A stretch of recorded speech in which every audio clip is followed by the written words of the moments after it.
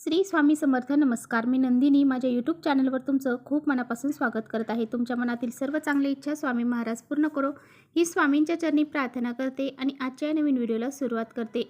तर पहा, उद्या वार आहे गुरुवार आणि या दिवशी आलेली आहे दुर्गाष्टमी.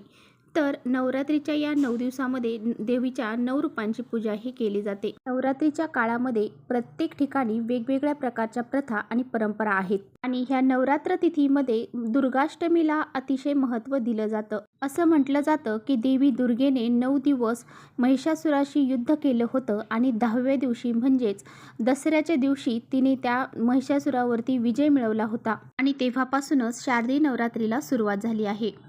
तर पहा, या वर्षीची दुर्गाष्टमी तिथी जी आहे तर ती गुरुवारी दुपारी 12:21 सुरू होणार आहे. त्याचबरोबर 11 ऑक्टोबर रोजी रात्री 12:10 समाप्त होईल. तर पहा, दुर्गाष्टमी साजरी करण्यासाठी ही जो कालावधी आहे तर हा कालावधी खूप चांगला आणि शुभ मानला जातो. नवरात्रीचा 8वा दिवस अष्टमी तिथी म्हणून ओळखला जातो. अष्टमीच्या दिवशी गौरी पूजन केल्याने संतती प्राप्त होते आणि देवी दुर्गेची तुमच्यावरती विशेष कृपादृष्टी राहते.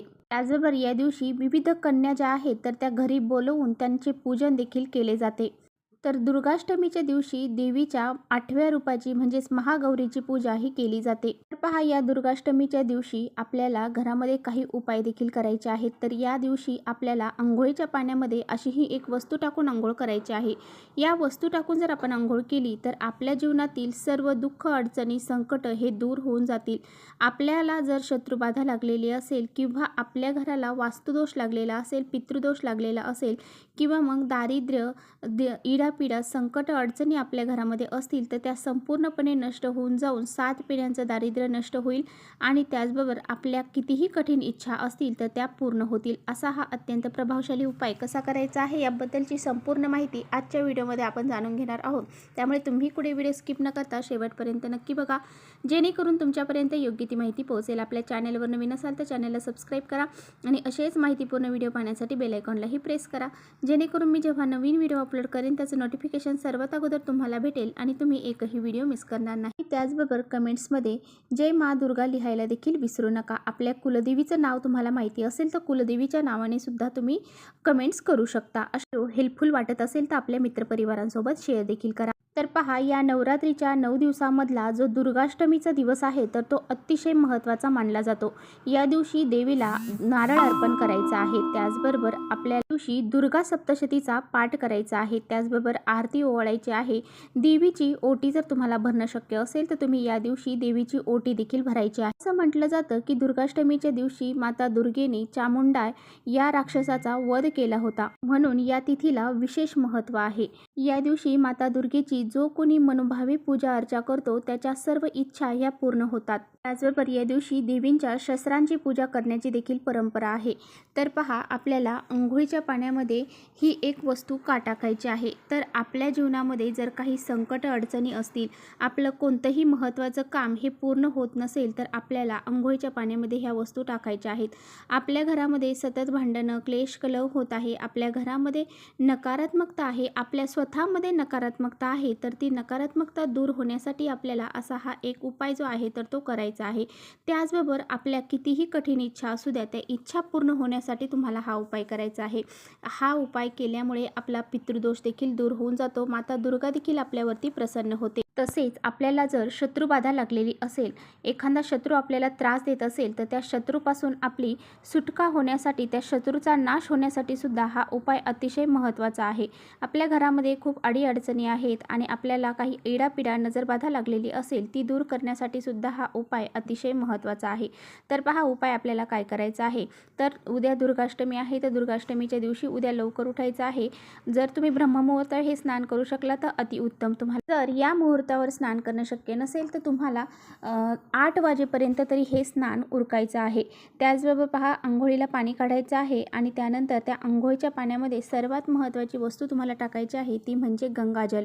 तर गंगाजल हे खूप महत्त्वाचं मानलं जातं. त्यामुळे आपल्याला पवित्र गंगेमध्ये जाऊन स्नान करणं शक्य नसेल तर तुम्ही गंगाजल टाकून हे स्नान करू शकता. कारण पवित्र गंगेमध्ये स्नान करण्याला विशेष महत्त्व दिलं जातं. आपल्या सर्व पाप आणि जे वाईट कर्म आपण केलेले आहे त्याचा नाश होण्यासाठी आपल्याला हे गंगाजल आहे तर ते थोडंसं 1 चम्मचभर अंघोळीच्या पाण्यामध्ये टाकायचं आहे. त्याचबरोबर आपल्याला 11 तांदळाचे अखंड दाणे घ्यायचे आहेत. 11 तांदळाचे अखंड दाणे हे आपल्याला अंघोळीच्या पाण्यामध्ये टाकायचे आहेत.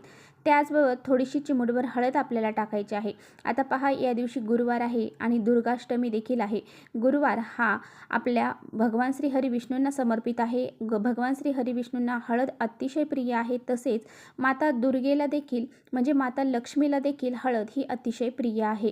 त्यामुळे आपल्याला दोघांचे आशीर्वाद मिळवण्यासाठी आपल्याला जो हा हळद आहे तर ती अंघोळीच्या पाण्यामध्ये टाकायची आहे. यामुळे आपला गुरुग्रह देखील मजबूत होतो. त्याचबरोबर आपल्या शत्रूंचा आपल्याला खूप त्रास होत असेल त्यांचा नाश होण्यासाठी 2 तुळशीची पानं ही आपल्याला अंघोळीच्या पाण्यामध्ये टाकायची आहेत. त्याचबरोबर आपल्याला त्वचेचे काही रोग असतील तर त्या त्वचेच्या रोगापासून सुद्धा आपल्याला या तुळशीचे पानं टाकल्यामुळे निवारण होते. तर अशा पद्धतीने ह्या ज्या वस्तू आहेत तर त्या अंघोळीच्या पाण्यामध्ये आपल्याला टाकायच्या आहेत. विशेष करून तुम्हाला एक मंत्र देखील म्हणायचा आहे. सर्व मंगल मांगल्ये शिवे सर्वार्थ साधिके शरण्ये त्र्यंबके गौरी नारायणी नमस्तुते. हा जो मंत्र आहे तर तो तुम्हाला उच्चारण करायचा आहे 11 वेळा आणि तुम्हाला अंघोळ करायला सुरुवात करायची आहे. तर पहा, अंघोळ करत असताना सुद्धा आपण काही गोष्टींची चुका करत असतो. तर आपण डायरेक्ट डोक्यावरती किंवा डायरेक्ट पायावरती पाणी टाकत असतो. असं न करता आपल्याला सर्वप्रथम 1 मग भरून घ्यायचा आहे, तो उजव्या खांद्यावरती टाकायचा आहे. दुसरा मग भरायचा आहे, तो डाव्या खांद्यावरती टाकायचा आहे. अशा पद्धतीने आपल्याला अंघोळ करायची आहे. आता उद्या गुरुवार आहे तर गुरुवारच्या दिवशी आपण केस धुत नाही. जर आपण स्त्रियांनी जर केस गुरुवारच्या दिवशी धुतले तर त्यांच्या पतीची प्रगती थांबते. पतीचे कोणतेही महत्त्वाचे काम हे पूर्ण होत नाही. त्यामुळे स्त्रियांनी गुरुवारच्या दिवशी डोक्यावरून स्नान करायचं नाही. त्याचबरोबर आपल्याला हात जोडून प्रार्थना करायची आहे की माझ्या जीवनातील जो शत्रूंचा त्रास असेल, काही वाईट कर्म मी केलेले असतील तर त्यांचासुद्धा नाश होऊ दे. इडापिडा वाईट शक्ती आमच्या घरातून टळून जाऊ दे. आमच्या घराची, मुलांची, पतीची खूप सारी प्रगती होऊ दे अशी प्रार्थना देखील करायची आहे. अशा पद्धतीने तुम्हाला स्नान करायचं आहे. स्नान करून झाल्यानंतर स्वच्छ वस्त्र परिधान करायचे आहेत आणि आपल्याला दुर्गा देवीची पूजा उपासना करायची आहे. अशा पद्धतीने तुम्हाला हा एक उपाय जो आहे तर तो उद्याच्या दिवशी आवर्जून करायचा आहे. तर चला, इथेच थांबवते माझा व्हिडिओ तुम्हाला थोडा जरी आवडला असेल तर नक्की लाईक करा आणि व्हिडिओ माहितीपूर्ण वाटत असेल तर आपल्या मित्रपरिवारांसोबत शेअर देखील करा. परत भेटूया अशा छानशा व्हिडिओसोबत. तोपर्यंत श्री स्वामी समर्थ.